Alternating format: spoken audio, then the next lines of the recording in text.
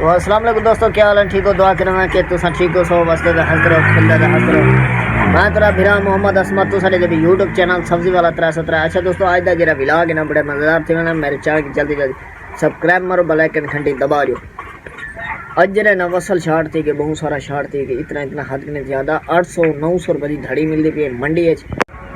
जी ना फुल गोभी है ना जी वो बहुत सारी सस्ती थी कि 70-150 रुपये का मैं ना 2 किलो देने बंदे हाँ 70 रुपये किलो थी गई, 80 रुपये किलो बहुत सारी सस्ती थी गई। तो वसल है जरा बाकी अल्लाह से खैर करे तो बहुत सारा मतलब महंगा जरा थी ना मैंने ना अल्लाह खैर करे बहुत सारा सस्ता थी नहीं दुआ मंद सो जेरे वसल दी जरी है ना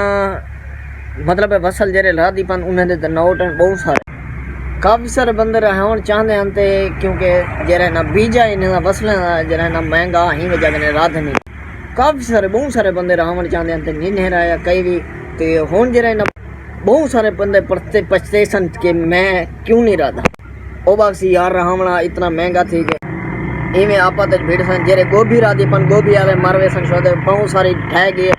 क्योंकि क्वालिटी वाली है जरी ना इतना महंगे आंदी भी यो मतलब सस्ती थी कि बहुत सारी इथों वाली क्या हो इथों वाली जरी ना इतना सस्ती थी वैसी 10 रुपये किलो विक मेरे को याद है मैं आप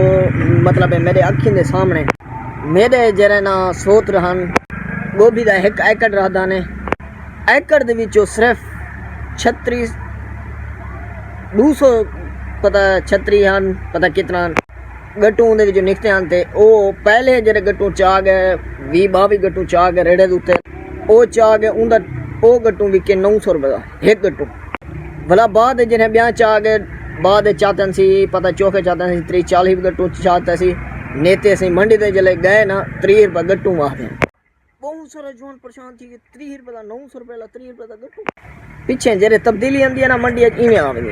जेरे सारा हिसाब है ना वही इवें असा हूँ गिनते हैं थोड़े बारे घन कने वेंदे हैं तो उथे अच्छा वीवर इन व्लॉग दा एंड पे करने इथाई अगले व्लॉग मिलसो मेरे चैनल जल्दी सब्सक्राइब मारो बेल आइकन घंटी दबा दियो। खुदा हाफिज़।